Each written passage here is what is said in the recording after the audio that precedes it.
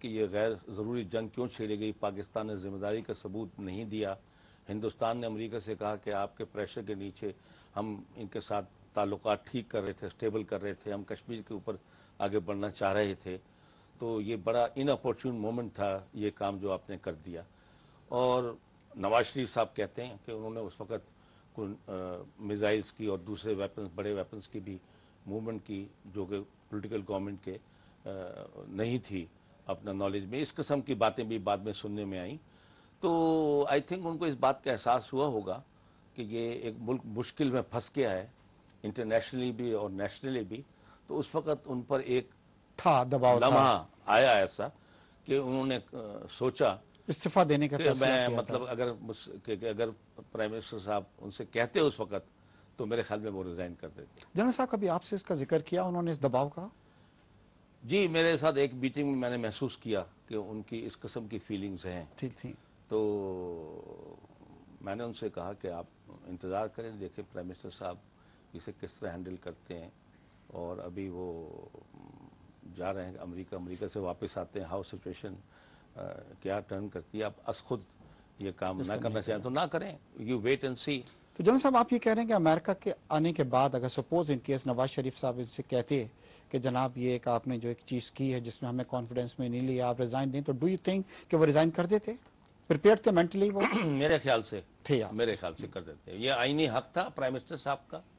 اور وہ بلا کر کہتے کہ کارگل کے وجہ سے میرا آپ پر سے اعتماد ہٹ گیا ہے، اور یہ سچویشن ایسی ہو گئی کہ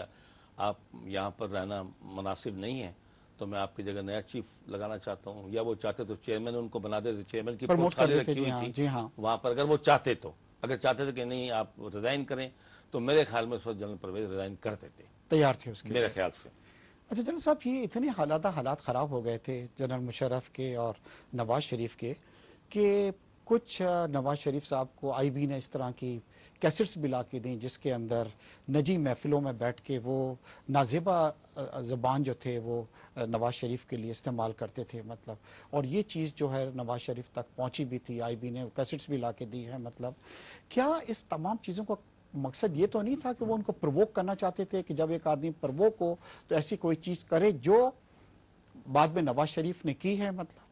دیکھیے، ایسے موقعوں پہ جب کہ شکوک و شبہات پیدا ہو جائیں جس طرح ہو گئے تھے، تو اس صورت میں لوگ اس سچویشن کو ایکسپلائٹ کرنے کے لیے جھوٹی سچی کہانیاں بھی دیتے ہیں، بعد میں انٹیلیجنس رپورٹس بھی کلرڈ ہوتی ہیں، لیکن یہ بات تو ہوتی ہے، عام بات ہے کہ ہائر ہیڈ کوارٹر کے لیے آپ اپنے دوستوں میں نجی محفلوں میں ہر قسم کی بات کرتے ہیں، but you are not very serious about it. نازیبا الفاظ ایک پرائم منسٹر کے لیے، دیکھیے، نازیبا الفاظ تو کسی صورت میں کسی کرنے اہم عہدوں کے اوپر کسی کو استعمال نہیں کرنے اس سے چاہیے۔ یہ ہوتا ہے نا کہ prime minister prime confidence minister کا ایک آفس بڑا پریسٹیجیس آفس ہے، ایک آدمی ہمارے پہلے پرائم منسٹر رہ چکے ہیں، دوسری ٹرم کے پرائم منسٹر ہیں، ان کے پاس میجورٹی ہے، تو ان کے نازیبا الفاظ تو کسی صورت میں استعمال نہیں کرنے چاہیے۔ مگر دیکھیں یہ جو اسٹریٹجی ہے کہ پرووک کیا جائے ایک آدمی کو، اور وہی ہوا نواز شریف نے پرووک ہونے کے بعد ایسی ایک بلنڈر کی جو کہ مطلب یہ تھا، لیکن یہ میں آپ سے عرض کروں کہ جب general Pervez Musharraf as chief of army staff Sri Lanka جا رہے تھے، تو اس سے پہلے نواز شریف صاحب کے بھائی جو چھوٹے ہیں شہباز شریف صاحب اور چودھری نثار، وہ پریزیڈنٹ صاحب کے چیف آف آرمی اسٹاف کے گھر گئے، اور انہوں نے کہا جو کچھ کارگل ہو گیا، اب یہ ہم امریکہ سے واپس آ گئے ہیں، اب سچویشن کنٹرول میں آ گئی ہے، تو ابھی آپ سب باتیں بھول جائیں، ابھی آپ بزنس ایز یوزول چلے گا، اور یہ جو آپ کہتے ہیں کہ چیئرمین کا عہدہ اوپر اس لیے خالی رکھا ہوا ہے کہ مجھے وہاں کہیں دھکیل دیا جائے، تو ہم نے یہ فیصلہ کیا کہ آپ جب تک آپ چیف آف آرمی اسٹاف کا ٹینور ہے، یہ دونوں عہدے آپ کے پاس رہیں گے، تاکہ یہ تلوار جو ان کے سر پہ لٹک رہی تھی وہ ہٹا دی جائے۔ تو اس قسم کا انہوں نے ان کو امپریشن دیا کہ every thing is now normal and usual, جس کے بعد وہ سری لنکا چلے گئے،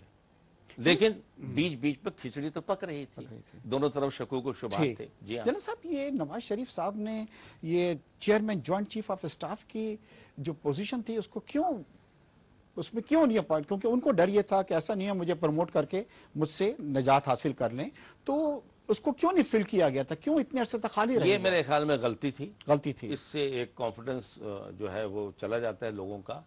اور جنرل پرویز کو یہ خیال رہتا تھا کہ ایک تلوار میرے سر پہ لٹکائی ہوئی ہے، یہ میں نے ان کو فیلنگز تھی ان کی اس قسم کی،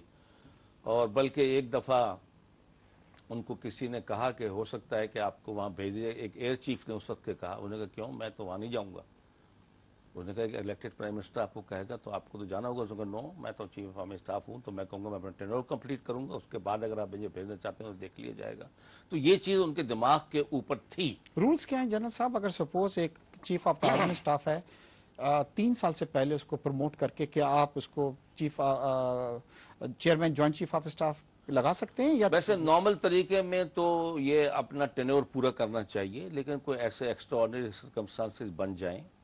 اور جس طرح یہاں لیک آف کانفیڈنس ہو گیا تھا، تو اس صورت میں وہ ان سے کہہ سکتے ہیں، اور یہ بھی کہہ سکتے ہیں کہ آپ ریزائن کر دیں، یہ بھی کہہ سکتے ہیں کہ ہم چاہیں۔ یہ تو ایک آئینی حق ہے نا پرائم منسٹر کا، کر سکتا ہے۔ ہاں مطلب اگر وہ سمجھے کہ چیف آف آرمی اسٹاف جو ہے اس سے ان کا اعتماد چلا گیا ہے، تو ظاہر ہے وہ اس سے یہ کہہ سکتا ہے، کیوں نہیں کہہ سکتا۔ اچھا جنرل صاحب، یہ کہا جا رہا ہے کہ مارشل لا لگانے میں صرف جنرل مشرف ہی انوالو نہیں تھے، بلکہ ان کے جو کلوز دوسرے جنرل سے جنرل محمود کا نام آتا ہے، جنرل عزیز کا نام آتا ہے، ڈی جی ایم او کا بھی نام آتا ہے، کہ وہ بھی اس پورے گیم میں برابر کے شریک تھے مطلب۔ اور یہ جو چیز ہوئی ہے مطلب سب پہلے سے ویل پلانڈ تھی۔ اٹس ناٹ دیٹ کہ جس طرح دکھایا جاتا ہے کہ جی پلین کو اگر لینڈ نہیں کرنے دیا تو پھر فوج نے یہ لیا۔ آپ اس سے متفق ہیں کہ یعنی کہ فوج کے اندر کوئی ایک آدمی جو ہے وہ اس طرح کے اقتدار پہ قبضہ نہیں کر سکتا؟ دیکھیے بات یہ ہے کہ جو بھی پاکستان میں 4 دفعہ کو ہوئے ہیں، وہ کمانڈر ان چیف یا چیف آف آرمی اسٹاف ہی اس کا فیصلہ کرتا ہے، اور از خود تو وہ کچھ نہیں کر سکتا نا، اس کے پیچھے تو ایک پوری آرگنائزیشن فوج ہے۔ ملٹری آپریشنز کے مرضی کے بغیر کوئی یونٹ وہاں سے وہاں موو نہیں کر سکتا۔ یہ نہیں کہ ایک بٹالین جیلوں میں پڑی ہوئی ہے تو اس کو آپ لے آئیں بغیر کسی کی اجازت کے، وہاں لوکل کمانڈر کی مرضی سے، یا منگلا سیٹر موو کر دیں یا کہیں سے اور موو کر دیں، یہ ہو نہیں سکتا۔ تو ملٹری آپریشن انوالو ہو جاتا ہے، ملٹری انٹیلیجنس انوالو ہو جاتی ہے، chief of general staff is a kingpin, اس کے نیچے ہی ملٹری آپریشن آتا ہے، اس کے نیچے ملٹری انٹیلیجنس آتا ہے۔ تو وہ لامحالہ عزیز صاحب تھے تو وہ مطلب کہ ظاہر ہے کہ ان کو پتا ہوگا۔ اس وقت مشرف صاحب تو پلین کے اندر تھے، انسٹرکشن تو نہیں پلین تھے، لیکن میں ویسے کہہ رہا ہوں کہ کوئی کو جو ہے وہ ایک ٹیم اور ایک گروپ کے اس کے بغیر جس کے اندر کوئی سینئر لوگ انوالو نہ ہوں، اس کے بغیر کو ہو نہیں سکتا۔ دیکھیں نا، اس سے خدا نہ خواستہ اگر لوگ کو کے حق میں نہ ہوں، فوج کے اندر سب لوگوں کو کانفیڈنس میں نہ لیا ہو، تو اس میں کور کمانڈر جو بیٹھا ہوا بلوچستان کو وہ کہے گا میں تو یہ پسند نہیں کرتا کہ یہ کام آپ نے کیا، کراچی کا آدمی یہ بول دے۔ تو اس لیے کوئی جو کو کرتے ہیں تو وہ اپنی مرضی کے پھر اپنے پہلے جگہ پر لوگ بٹھاتے ہیں جن میں انہیں کانفیڈنس ہو کہ یہ میرا حکم مشرف صاحب نے کیا ہوا تھا پہلے سے، ظاہر ہے کیا سری لنکا جانے سے پہلے؟ نہیں، سری لنکا سے پہلے نہیں، وہ جب بھی آتے ہیں اسی وقت نئی سیٹنگ کی جاتی ہے، اپنے مرضی لائک مائنڈیڈ